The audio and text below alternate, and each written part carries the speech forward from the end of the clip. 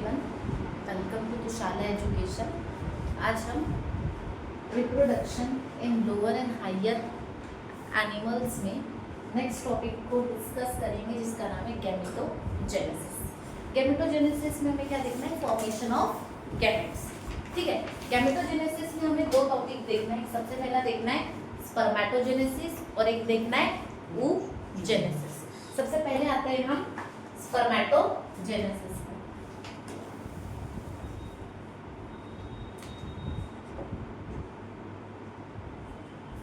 क्या होगा spermatogenesis? Formation of male gamete.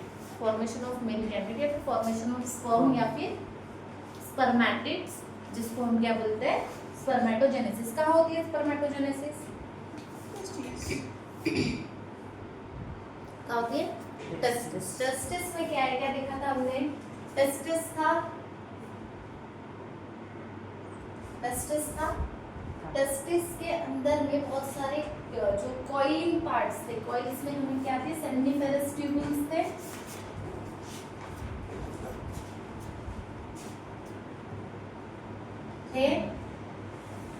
Seminiferous tubule थे। सेमिनिफेरस ट्यूब्यूल्स जो थे lined by cuboidal epithelial cells. कौन सी?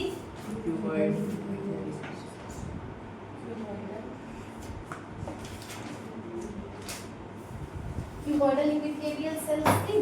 क्यूबॉइडल इपिथेलियम, उसी को हम क्या बोलते हैं? Germinal epithelium.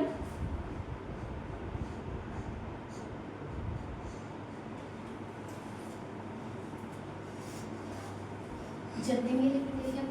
ठीक है, अब ये जर्मिनियल इपिथेलियल जो थी, ये कैसी थी? ट्वाइस है। ये जर्मिनियल इपिथेलियल से ही क्या होते थे? प्राइमोडियल सेल्स का जनरेशन होता था। यही डिवाइड होती थी ना, जिसको हम क्या बोलते हैं?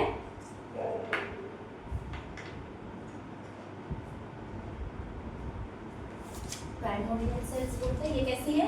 डिप्लॉइडी लेवल ट्वाइस है, मतलब 46 क्रोमोसोम्स है।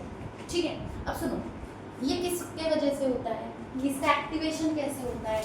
जो टेस्टिस, देखो हाइपोथैलेमस में, हाइपोथैलेमस कमांड करता है, रिलीज करवाता है गोनाडोट्रोपिन रिलीजिंग हार्मोन को। किसको?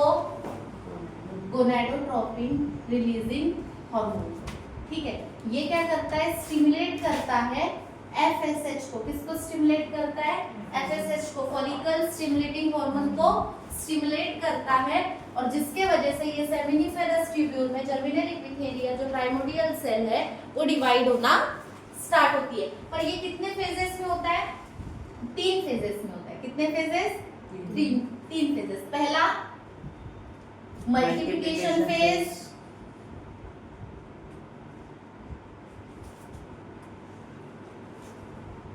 सेकेंड फेज आती है हमारी ग्रोथ फेज,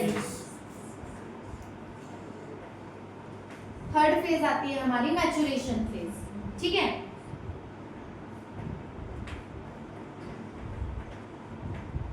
ये तीनों फेज को हम एक डायग्राम से कवर करते हैं। ठीक है, वहीं पे मैं पूरा का पूरा आपको मेंशन कर दूंगी। ठीक है, कितनी फेज? पहले मल्टीप्लिकेशन फेज में क्या होगा? सबसे पहले मल्टीप्लाई होगा। ग्रोथ फेज में क्या होगा? ग्रो होगा। और मैच्योरेशन में जो भी स्पर्मेटोजोआ है वो क्या होंगे? मैच्योर होंगे। क्लियर है क्या? चलो देखते हैं।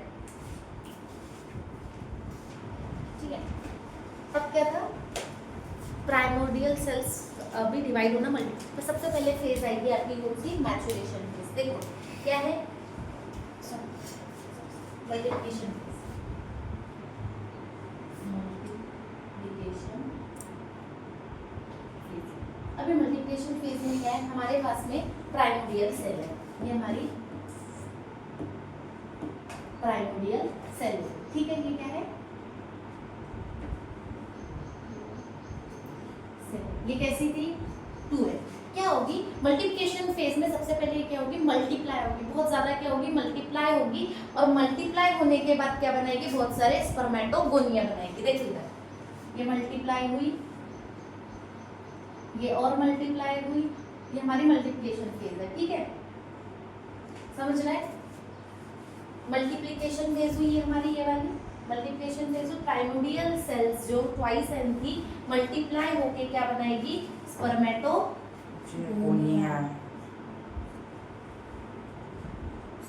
स्पर्मेटोगोनिया बनाएंगे। अभी भी ये कैसा ही है, ट्वाइस है, मतलब कितने क्रोमोसोम्स है, 46 क्रोमोसोम्स है। क्लियर हो रहा है? अब क्या होगा, ये पहली फेज। सेकेंड फेज क्या थी हमारी, ग्रोथ फेज। ठीक है, अब ग्रोथ फेज में क्या होगा, ग्रोथ फेज में जो हमारे स्पर्मेटोगोनिया है वो क्या होंगे, ग्रो करेंगे। क्या करेंगे, ग्रोथ करेंगे। मतलब कि कैसे ग्रोथ होंगी, ये क्या लेंगे, साइज में ग्रो होंगे। ठीक है, साइज में ग्रो होंगे। साइज में ग्रो होंगे तो इनके अंदर में फूड एक्यूमुलेट हो जाएगा। फूड अगर एक्यूमुलेट हो गया तो ये ग्रोथ फेज से यहाँ आएंगे। क्लियर हो रहा है? और क्या बनाएंगे, प्राइमरी स्पर्मेटोसाइट्स। क्या बनाएंगे, प्राइमरी स्पर्मेटोसाइट्स। ठीक है, हमारी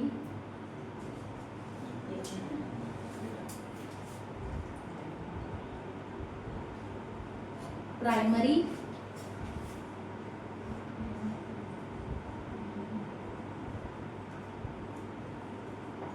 स्पर्मेटोसाइट्स। अभी भी ये कैसी है, हुआ नहीं है। क्लियर हो रहा है क्या? ये ग्रोथ फेज हुआ है। ये जो हमारे स्पर्मेटोगोनिया है ये क्या हुआ, साइज में ग्रो हुए, फूड एक्यूमुलेट हुआ, न्यूट्रिशन इनको मिला। न्यूट्रिशन होने के बाद जो सेल बनी वो हमारी क्या है, प्राइमरी स्पर्मेटोसाइट्स। ये प्रोसेस कहाँ पे होगी, आपके ग्रोथ फेज।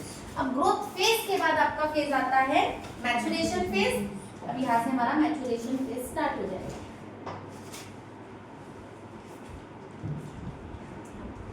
अभी मैच्योरेशन फेज में क्या होंगे, सबसे पहली होगी मियोसिस 1। देखो मियोसिस हमें पता है, मियोसिस क्या है, दो डिवीजन है। पहला डिवीजन रिडक्शनल डिवीजन है, सेकंड डिवीजन इक्वेशनल डिवीजन है। हमने सेल साइकिल में देखा है मियोसिस दो टाइप की, मियोसिस 1 मियोसिस 2। मियोसिस 1 में क्या होता है, रिडक्शन होता है, मतलब ट्वाइस एन से एन होगा। और मियोसिस 2 में क्या होता है, इक्वेशनल डिवीजन होता है, मतलब जो सेल्स है उसकी डॉटर सेल्स फॉर्म होती है। क्लियर है? चलो देखते हैं। अब यहाँ पे सबसे पहले क्या होगी, मियोसिस 1। ये दो सेल्स बनी। यहाँ पे सबसे पहले क्या हुआ हमारा,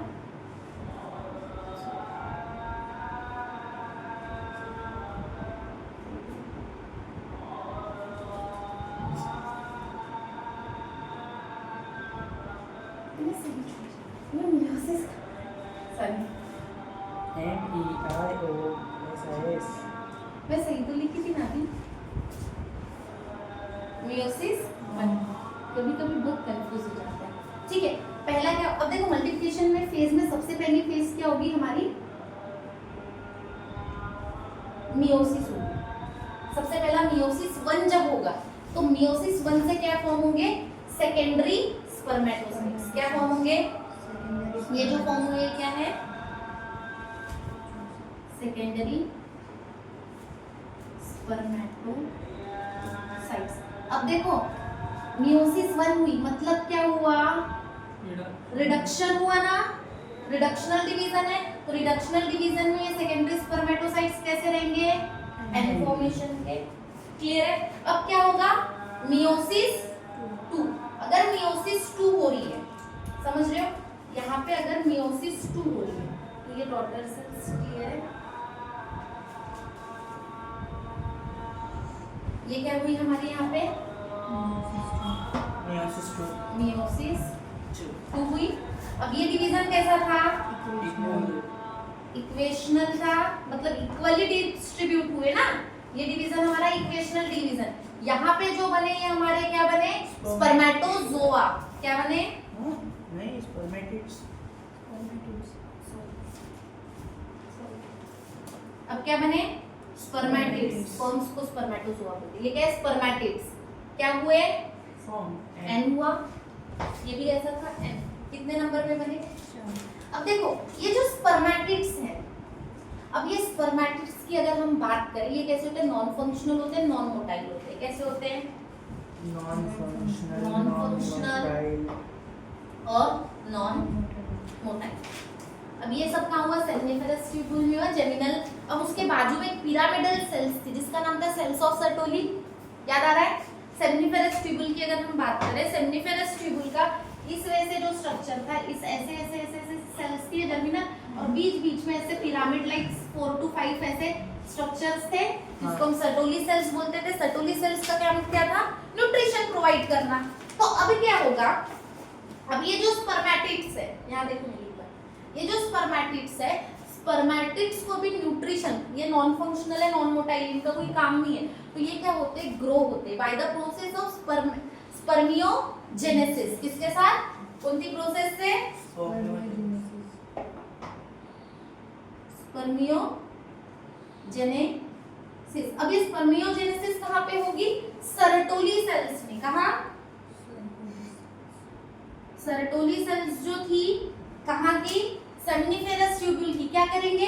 ये जो है इनका साइटोप्लाज्म ग्रो करेगा। इनका जो हेड है, हेड, ये जो स्पर्मेटिड्स है, इनका हेड कहाँ पे चले जाएगा? सर्टोली सेल्स में। और ये क्या होंगे? ग्रो होंगे साइज में, टेल जैसा स्ट्रक्चर फॉर्म होगा, एक्रोसोम्स फॉर्म होगा, उसके अलावा गोल्जी बॉडी कॉइल्ड फॉर्म में आ जाएगी और क्या बनाएगी? स्पर्मेटोजोआ। अब ये जो है, ये जो मैच्योर होंगे ऐसे, ठीक है? इसको इस वे से बना रही हूँ फिलहाल ना, क्लियर हो रहा है? ये क्या है अब हमारे?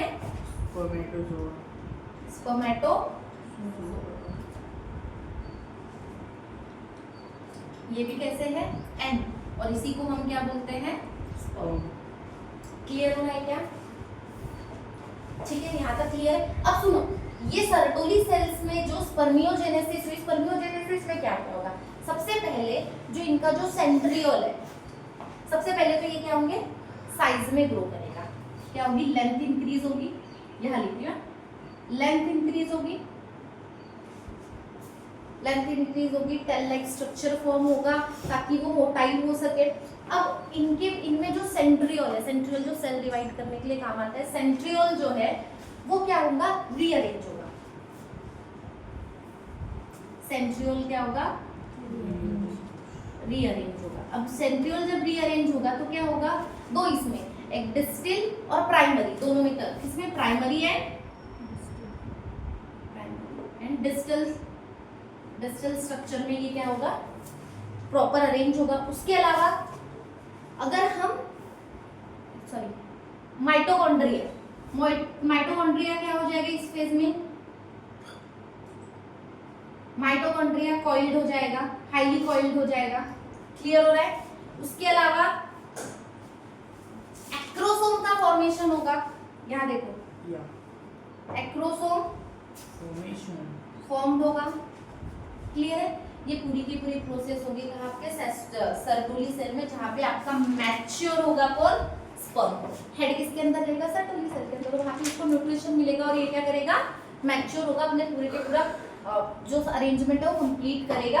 और ये पूरी की पूरी प्रोसेस करके जहाँ से सर्टोली सेल से फिर क्या निकलेगा? आपका स्पर्म रिलीज होगा, वो पूरी तरीके से मैच्योर। और बाकी जितनी भी मैच्योरेशन की जो प्रोसेस है इसकी कहाँ पे होगी? एपिडिडाइमिस में कवर होगी। क्लियर है? यहाँ तक डन है? समझा क्या हुआ था? मल्टीप्लिकेशन फेज में मल्टीप्लाई हुआ, प्राइमोर्डियल सेल से स्पर्मेटोगोनिया में कन्वर्ट हुआ, वाइस एंड स्पर्मेटोगोनिया में मैच्योर हुआ, फूड एक्यूमुलेट हुआ, साइज में ग्रो हुआ और क्या बना? Primary spermatocytes. अब ये प्राइमरी स्पर्मेटोसाइट्स में पहली मियोसिस 1 हुई, रिडक्शन हुआ, और सेकेंडरी स्पर्मेटोसाइट्स n, मतलब क्रोमोसोम नंबर 23 डिवाइड हो जाएंगे, इसके पास 23, इसके पास 23। फिर meiosis 2 equational division, spermatid form हुए।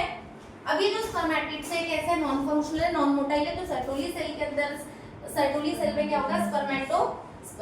स्पर्मियोजेनेसिस होगा, और जिसके वजह से ये क्या होंगे? मैच्योर होंगे। मैच्योर होंगे, इनका पूरा का पूरा कैरेक्टर इनके चेंज होंगे, मोटाइल से नॉन मोटाइल से मोटाइल होंगे, फंक्शनल होंगे जब इनका पूरी तरीके से ग्रो हो जाएगा। न्यूट्रिशन कौन प्रोवाइड करेगा?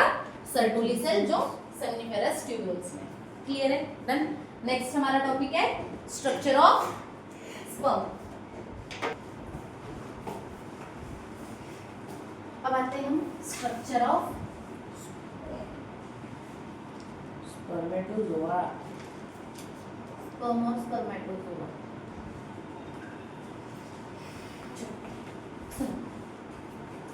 जो जो स्पर्म है, स्पर्म को 3 पार्ट में डिवाइड किया जाता है। एक किया जाता है हेड, एक किया जाता है मिडल पीस और टेल। इसमें हेड, मिडल पीस और टेल। देखो ये पार्ट हेड हो गया, यहाँ से middle middle piece,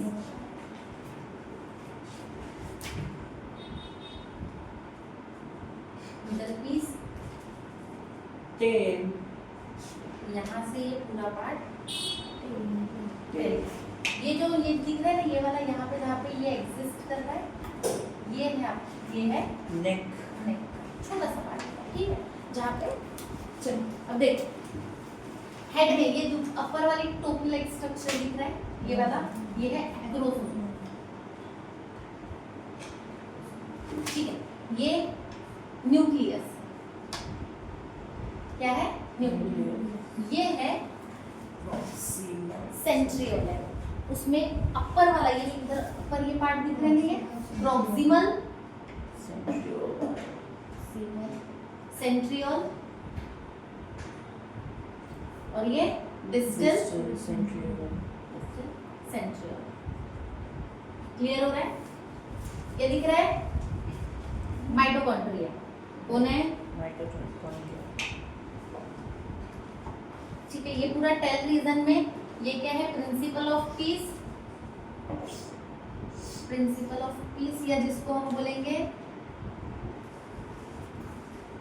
main piece, और ये एंड पीस, ये एंड वाला पार्ट है। चलिए अब सुनिए ना, पूरे स्ट्रक्चर में सबसे पहले समझते हैं हेड को। हेड में क्या क्या है, एक्रोसोम, न्यूक्लियस है, ये दो ये सेंट्रियल को हम नेक पार्ट में लेंगे, ठीक है। वो कहाँ पे है, हमारे नेक रीजन में। अब सबसे पहली चीज जो एंड जो ये टोपी लाइक वाला जो स्ट्रक्चर है एक्रोसोम, एक्रोसोम का सामने से सब टेपर स्ट्रक्चर में होता है। अगर मैं हेड की बात करूँ तो ओवल शेप है, उसके अपर साइड में प्रेजेंट है एक्रोसोम। एक्रोसोम फॉर्म होता है माइटोकॉन्ड्रिया से। किससे फॉर्मेशन होता है, माइटोकॉन्ड्रिया, ये फॉर्म होता है माइटोकॉन्ड्रिया से। क्लियर हो रहा है क्या? Formation of acrosome is formed by mitochondria. अब एक्रोसोम करता है, अब सीधी सी बात है, देखो इधर ओवम है, ओवम के अंदर में पेनिट्रेट होना है, समझ रहे हो, पेनिट्रेट होना है। तो पेनिट्रेशन के लिए एक्रोसोम का काम है। गोल्गी बॉडी से फॉर्म होता है।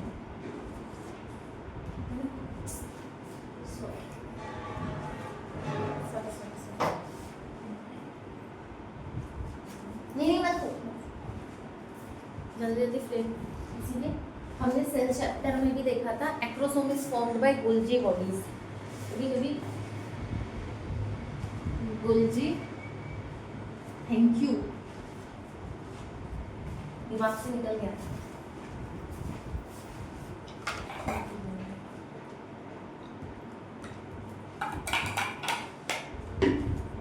देखो एक्रोसोम, क्योंकि गोल्जी बॉडी से इसलिए कि एक्रोसोम के पास में बहुत सारे एंजाइम्स होते हैं, और एंजाइम किस लिए चाहिए, हाइड्रोलिटिक एंजाइम्स होते हैं। हाइड्रोलिटिक एंजाइम मतलब जो, अब देखो ओवम में भी कवरिंग होगी उसके, जैसे जोना पेलोसिटा है, जो आजू बाजू की जितनी भी कवरिंग्स है उसको पेनिट्रेट करने के बाद अंदर जाना पड़ेगा इस हेड पार्ट को।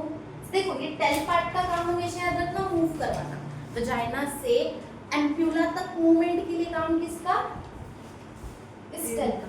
मेन जो गैमेट्स है वो कौन सा है आपका, ये न्यूक्लियस का ही काम है ना। इसी को तो किसके अंदर जाना पड़ेगा, ओवम के अंदर, तभी फर्टिलाइजेशन होगा। तो इसको मूव कराने का काम इतने पार्ट का, एनर्जी देने का काम माइटोकॉन्ड्रिया का, और ये पूरा पार्ट क्या करवाएगा, उसको मूव करवाएगा। मेन काम है न्यूक्लियस का। पर एक्रोसोम काम क्या करता है, जो ओवम के अंदर हेड जाने के लिए क्या करना पड़ेगा, उसकी वॉल को ब्रेक करना पड़ेगा। तो उस वॉल को ब्रेक करने के लिए कुछ हाइड्रोलिटिक एंजाइम रिलीज करता है। हाइड्रोलिटिक एंजाइम है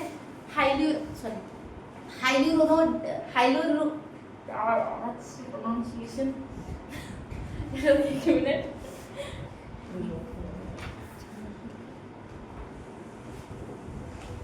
चलो कौन से enzyme, sorry hydrolytic enzyme release करता है हाइल्यूरिनोडेज।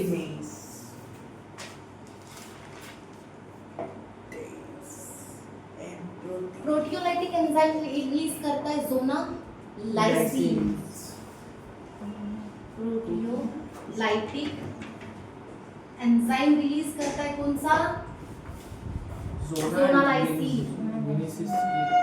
लाइसिन का भी काम क्या है? ज़ोनालाइसिन काम क्या करता होगा? ज़ोना वाली जो मेम्ब्रेन है उसको लाइसिन मतलब ब्रेक डाउन होता है। क्या होता है? Break down. बाबा लाइसिस, लाइसिस जब भी वर्ड आएगा लाइसिन, देखो उसका मतलब होता है ब्रेक डाउन। जिस भी एंजाइम में लाइसिन आया तो वो क्या कर रहा है? ब्रेक कर रहा है। तो ये ज़ोना मेम्ब्रेन को क्या करेगा? ब्रेक करेगा। और एक एंजाइम होता है कोरोना पेनिट्रेटिंग एंजाइम।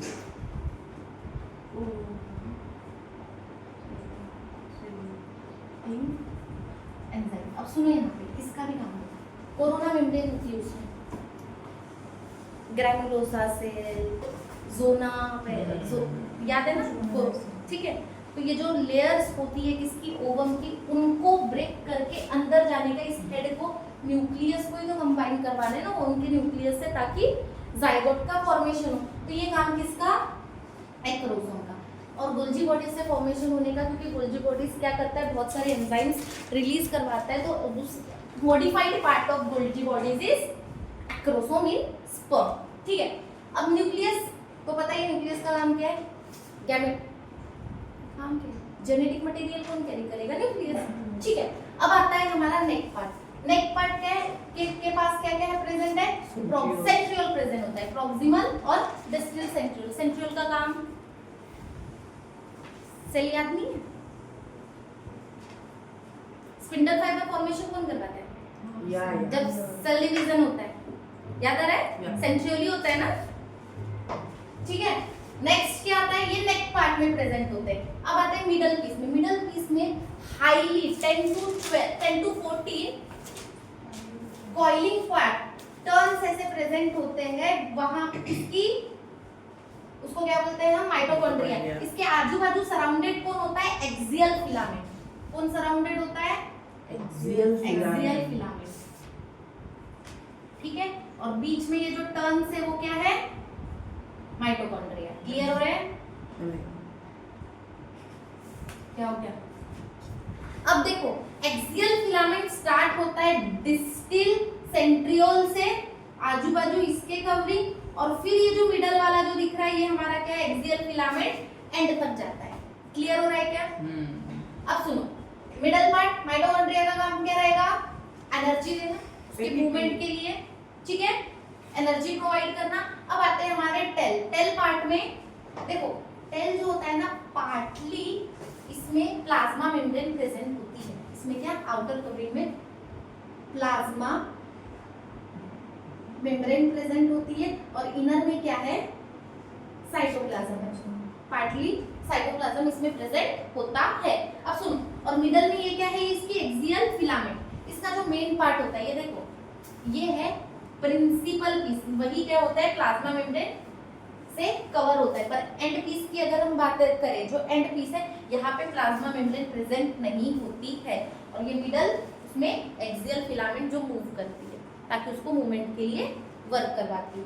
क्लियर है क्या? कैसा होता है इसका स्ट्रक्चर? अगर टेल का स्लेंडर है, लॉन्ग है, स्लेंडर से टेपर पार्ट में जा रहा है। ठीक है। मिडल में क्या है? एक्सियल फिलामेंट है, और साथ साथ में प्लाज्मा मेम्ब्रेन से पार्टली कवर होता है। और साइटोप्लाज्म का जितना भी कंटेंट है वो कहाँ प्रेजेंट होता है? हमारे इट्स प्रेजेंट इन टेल।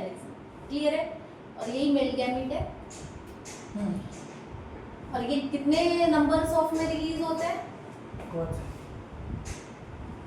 बहुत सारे। नंबर नहीं है क्या? पढ़ाया है इसके पहले।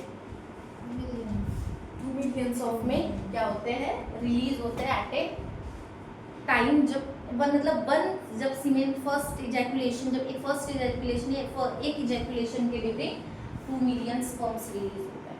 क्लियर हो रहा है? तो पंच में मतलब मूवमेंट के लिए, और उतने सारे मिलियंस में से एक स्पर्म ओवम को फर्टिलाइज करता है।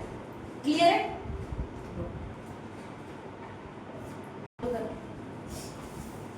नेक्स्ट फेज क्या आती है? जेनेसिस। oogenesis। अब oogenesis मतलब फॉर्मेशन ऑफ ओवम। किसका? Formation of ovum. ये कहाँ होगा? ओवरी में होगा। ठीक है, ये भी कितने फेजेस में कवर होता है? 3। इसमें भी जर्मिनियल एपिथेलियल जो सेल्स होती है किसकी? जर्मिनियल एपिथेलियल सेल्स होती है ना ओवरीज की, वो जो डिवाइड करती है डिप्लॉइड नंबर में और क्या फॉर्म करवाती है? ओवम फॉर्म करवाती है, जिसको हम क्या बोलते हैं? oogenesis। अब सुनो, ये भी 3 फेज में होगी। पहली मल्टीप्लिकेशन,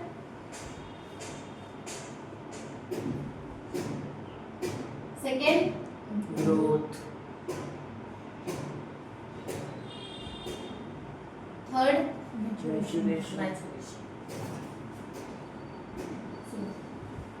अगर फीमेल्स की बात करें तो अगर फॉर्मेशन ऑफ जो प्राइमरी जो सेल्स का जो होता है वो कहाँ से स्टार्ट हो जाता है? प्राइमरी जर्मिनियल सेल्स जो है वो स्टार्ट हो जाता है मदर, जब फीमेल एम्ब्रॉयनिकल स्टेज में होती है। क्या होता है? मल्टीप्लिकेशन फेज में सबसे पहले क्या होगा? जो प्राइमरी सेल्स, जो सेल्स है सेल्स ऑफ एपिथेलियम में, वो क्या होंगे? ग्रो होंगे, डिवाइड होंगे माइटोटिकली, डिवीजन होगा और मल्टीप्लिकेशन होगी। उनमें से कोई सेल रहेगी, एक सेल रहेगी, देखो मल्टीप्लिकेशन होगा पीजीसी का, प्राइमरी जर्मिनल सेल एम्ब्रॉयनिकल स्टेज में डेवलप होगी और क्या बनाएगी? oogonia बनाएगी। तुमको याद है oogonia एंटर किया था, oogenesis हुआ था, oogonia bunch of egg of Pfluger's में एंटर किया था एम्ब्रॉयनिकल स्टेज में, जो हमने लास्ट टाइम देखा था। देखो यार सुनो, पहली सेल पी जी सी, क्या नाम होगा? Primary germinal cell. कैसी थी? 2n। ये स्टेज देखो, ये स्टार्ट होगा आपका, ये फेज जो है, भी हम मल्टीप्लिकेशन फेज की बात कर रहे हैं, पहले फेज की। ठीक है, तो जो मल्टीप्लिकेशन फेज ये स्टार्ट हो जाएगा आपका एम्ब्रॉयनिकल स्टेज, जब फीमेल का जो एम्ब्रॉयनिकल स्टेज रहेगा उसी स्टेज में जो प्राइमरी सेल होगी ग्रोथ होगी, क्या बनाएगी? 2 सेल्स बनाएगी पहले। ठीक है, फिर ये और मैच्योर्ड होंगे, क्लियर हो रहा है, और मल्टीप्लाई होंगे, तो इनको हम क्या बोलेंगे? oogonia। oogonia भी कैसे है? वाइज है। ठीक है, अब इनमें से oogonia भी जो मल्टीप्लाई होंगे, पर इनमें से कुछ होगा, वो क्या होगा? मैच्योर होगा। क्या होगा? ग्रो करेगा साइज में, क्लियर हो रहा है? साइज में ग्रो किया, उसको हम क्या बोलेंगे? Primary oocyte। Primary oocytes।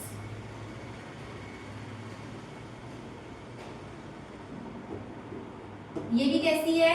2n। अब सुनिए, जो बहुत सारी प्राइमरी oocytes रिलीज होगी, अब जो बाकी जो सेल्स जो degenerate 2 millions of cells release हुई थी, याद आ रहा है? oogonia बनेगा, उसमें से कुछ ही होगी जो प्राइमरी oocytes में कन्वर्ट होगी, जो 1 मिलियन रहेगी। क्लियर हो रहा है? ये किस फेज पे है? ये हमारी ग्रोथ की फेज है।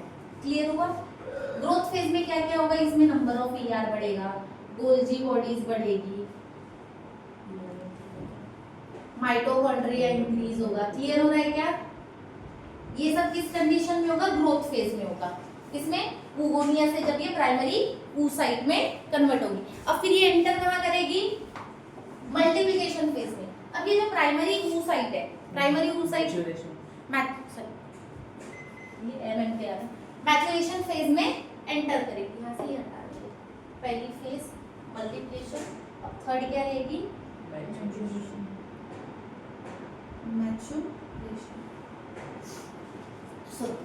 अब मैच्योरेशन फेज में क्या होगा? ये एम्ब्रॉयनिकल स्टेज में हो गई, ये यहाँ से प्राइमरी, बहुत सारे primary oocytes like clusters of cells की तरह एंटर किए ओवरी में। क्लियर है ना? 1 to 3 वीक्स की जो साइकिल रहेगी, जहाँ पे ओवरी बनेगी, प्राइमरी oocytes है। अब ये प्राइमरी oocytes क्या करेंगे? डेवलप होंगे, ग्रोथ करेंगे। सबसे पहली चीज क्या करेंगे? ग्रोथ हुआ, इसमें number of ER, Golgi bodies, mitochondria वगैरह सब इंक्रीज हुए, साइज में ग्रो हुआ। अब क्या करेगा? ये डिवाइड करेगा। मैच्योरेशन में सबसे पहला मियोसिस में जाएगा। कहाँ जाएगा?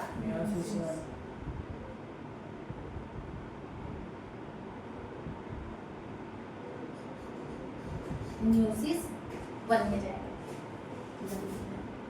अब मियोसिस 1 कैसा डिवीजन है रे बाबा? Reductional division. पर ये इसमें कैसा होता है, पेक्यूलियर डिवीजन होता है। कैसा होता है, सुनो, अब ये जो डेवलप हुई ना, इसमें कैसे होगा, क्या बोलना चाह रही हो। अब जो इसमें मियोसिस 1 होती है वो पेक्यूलियर डिवीजन होता है, मतलब अनइक्वल डिवीजन होता है। कैसे, मतलब जो नंबर ऑफ क्रोमोसोम्स है वो तो इक्वली डिवाइड होंगे, इसके पास 23 चले जाएंगे, इसके पास भी कितने चले जाएंगे, 23 चले जाएगा, इसका भी डिप्लॉइडी लेवल n रहेगा, इसका भी डिप्लॉइडी लेवल n रहेगा। क्लियर। पर जो साइटोप्लाज्म जो रहेगा, जो साइटोप्लाज्म जो रहेगा वो कैसा होगा, अनइक्वल डिवाइड होगा। यहाँ पे क्या होगा, साइटोप्लाज्म का अनइक्वल डिवीजन होगा, जिसके वजह से एक सेल कैसी रहेगी, लार्ज रहेगी, और एक कैसी रहेगी, स्मॉल रहेगी। जो लार्ज वाली सेल है उसको आप क्या बोलोगे, सेकेंडरी oocyte। Secondary oocyte। इसको क्या बोलेंगे हम, सेकेंडरी सेकेंडरी oocytes। ठीक है, ये कैसी रहेगी, n नंबर में रहेगी, और ये क्या हो जाएगी, फर्स्ट पोलर बॉडी। ठीक है, मोस्टली।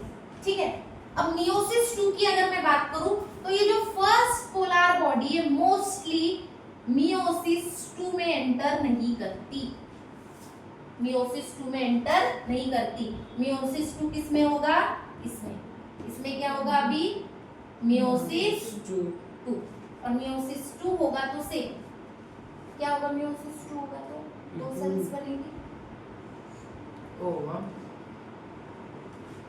क्लियर है, ये भी डिवाइड करेगी, पर मियोसिस में नहीं जा रही। ये हमारी ये जो 3 सेल जो बनेगी बताती हूँ। ठीक है, अब ये देखो, ये बना हमारी लार्ज सेल, इसमें भी सेम ही होगा, साइटोप्लाज्म अनइक्वल, एक लार्ज सेल्स बनेगी, इसका नाम क्या है, ओवम। और ये जो सेकेंड जो सेल बनेगी ये हमारी क्या है, सेकेंड पोलर बॉडी। क्लियर हो रहा है क्या, इतना समझा। और ये भी सेल जाएगी, इसी का काम हमें है। क्लियर। अब देखो हमने क्या बोला था, number of primary oocytes develop होती है, सेकेंडरी oocytes रहती है। आगे सेकेंडरी oocytes नाम नहीं लिखना, ये नंबर ऑफ सेकेंडरी oocyte एक साथ में जनरेट होती है, एक ही क्या होती है, डेवलप होती है, और बाकी क्या होती है, डीजनरेट हो जाती है। बाकी सेकेंडरी oocyte डीजनरेट हो जाती है, जिसको हम एट्रेशिया बोलते हैं। तो ये सब तो डीजनरेट हो जाएगी ना, बाकी काम तो सिर्फ इसका ही है। क्लियर हो रहा है। तो इस वजह से मल्टीप्लिकेशन फेज जाएगी किसमें, मैचुरेशन फेज, oogenesis। ओवरी के अंदर में oogenesis होगी। ठीक है, क्या हुआ था, पीजीसी ये वाली जो इतनी जो फेज है, सॉरी यहाँ तक, ये फेज कहाँ तक हुई थी हमारी, एम्ब्रियोनिकल स्टेज। ठीक है, फिर उसके बाद ये प्राइमरी oocyte फर्दर डेवलप हुआ था। इसमें भी क्या होगा, गोनाडोट्रोपिक, हमने तो इसमें देख ही लिया है, मेंस्ट्रुअल साइकिल में पूरा का पूरा किस वजह से, हार्मोन्स के वजह से ओवम का और यूटेराइन वॉल्स वगैरह का फॉर्मेशन होता है। क्लियर। अगर फर्टिलाइजेशन, अब सुनो, ये जो मियोसिस 2 है अरेस्ट कहाँ पे हो जाएगी, यहाँ सुनो, मियोसिस 2 अरेस्ट हो जाएगी मेटाफेज में। कहाँ पे, मेटाफेज में अरेस्ट हो जाएगी। ठीक है, मियोसिस 2 यहाँ आगे में उधर अरेस्ट हो जाएगी मेटाफेज में, कौन, मियोसिस 2। अब आगे देखो, मैं रब कर दूं क्या, थोड़ा सा इधर का कर दूं,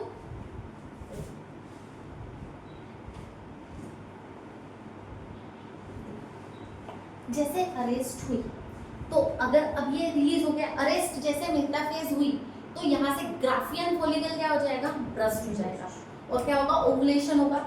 समझ रहे हो।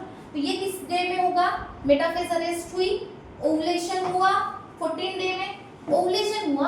अब ये कहाँ पे जाएगा, रीच कहाँ करेगा, ये होगा एम्पुला में, क्योंकि फर्टिलाइजेशन की साइट कहाँ है, एम्पुला, फैलोपियन ट्यूब में।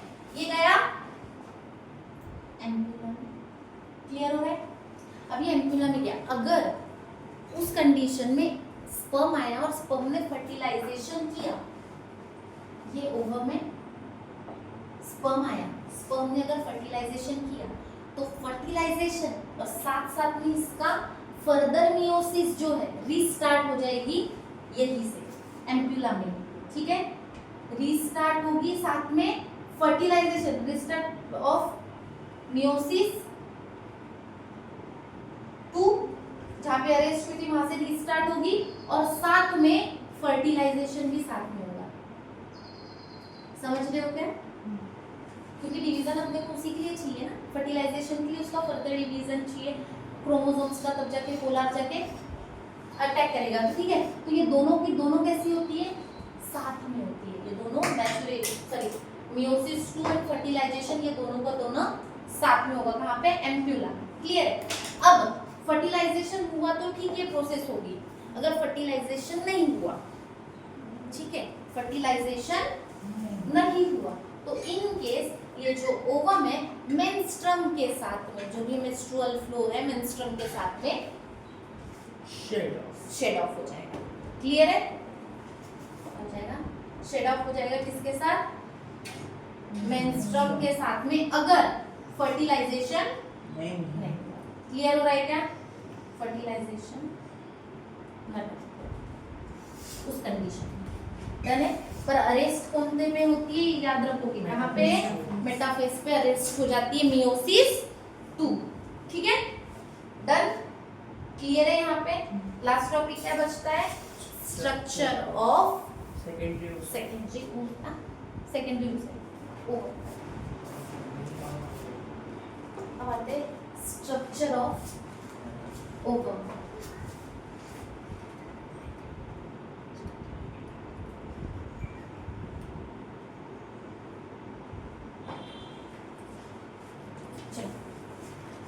अब देखो, हर एक एक्चुअली देखा जाए तो सेकेंडरी oocyte ही रिलीज होता है। हमेशा क्या होता है? सेकेंडरी oocytes रिलीज होता है। सेकेंडरी oocytes में अगर हम बात करें वो कैसा होता है? नॉन क्लियोडिक होता है। कैसा होता है? नॉन क्लियोडिक मतलब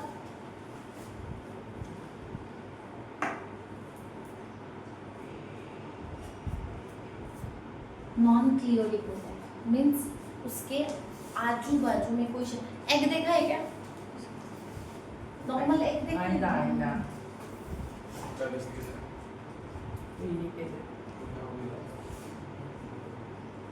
हाँ देखा है। उसमें देखिए आजू बाजू शेल होती है और बीच में एक येलो कलर का पार्ट होता है जिसको हम यॉल्क बोलते हैं। ठीक है, ठीक है। बट अगर हम बात करें ओवम की जो सेकेंडरी oocyte होता है वो कैसा होता है? नॉन क्लियोडिक होता है, मतलब इसमें शेल नहीं प्रेजेंट होती, शेल प्रेजेंट नहीं होती, पर नॉन माइक्रोलेथिकल होता है।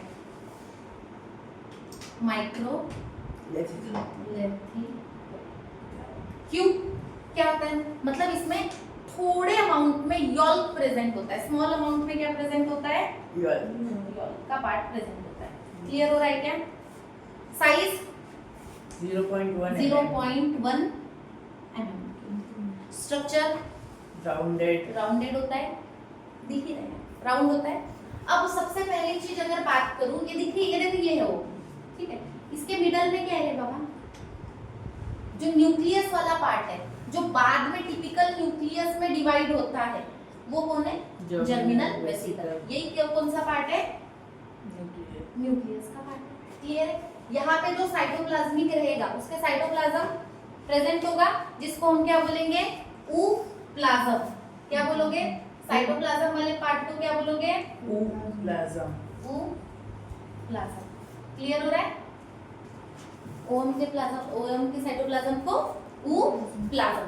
अब देखो, इसकी जो आउटर मेम्ब्रेन होती है वो होती है विटेलाइन मेम्ब्रेन। कौन सी? Vitelline membrane. वो सिक्रीट करती है ग्लाइकोप्रोटीनस मेम्ब्रेन। देखो यहाँ देखो, जो विटेलाइन मेम्ब्रेन है एक ग्लाइकोसिडस नॉन सेलुलर पर ग्लाइकोप्रोटीन से बनी हुई एक लेयर को सिक्रीट करती है जिसका नाम है ज़ोना पेलोसिटा। ये किससे सिक्रीट हुई याद रखना, इसको जनरेट किसने किया? ज़ोना पेलोसिटा को विटेलाइन मेम्ब्रेन ने। ये कैसी? नॉन सेलुलर और कैसे बनी हुई है? ग्लाइकोप्रोटीन से बनी हुई है। कैसे बनी हुई है? ग्लाइकोप्रोटीन से, जिसका नाम ये दिखिए ज़ोना पेलोसिटा।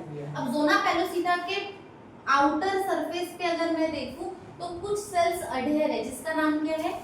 Corona radiata. किससे अडेयर है? ज़ोना पेलोसिटा के आउटर मोस्ट साइड पे।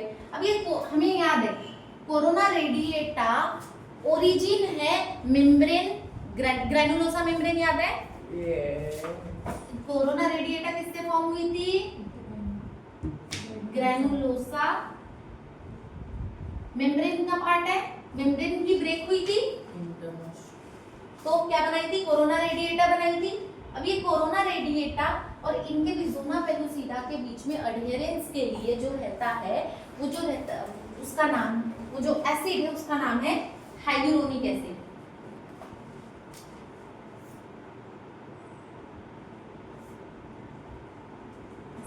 अब एक बात याद रखना, यही जोना पेलुसिडा और कोरोना रेडिएटा को इसको प्रोटीन एक हाइड्रोलाइटिक एंजाइम ब्रेक करने के लिए रहता है, हाइलुरोनिडेज।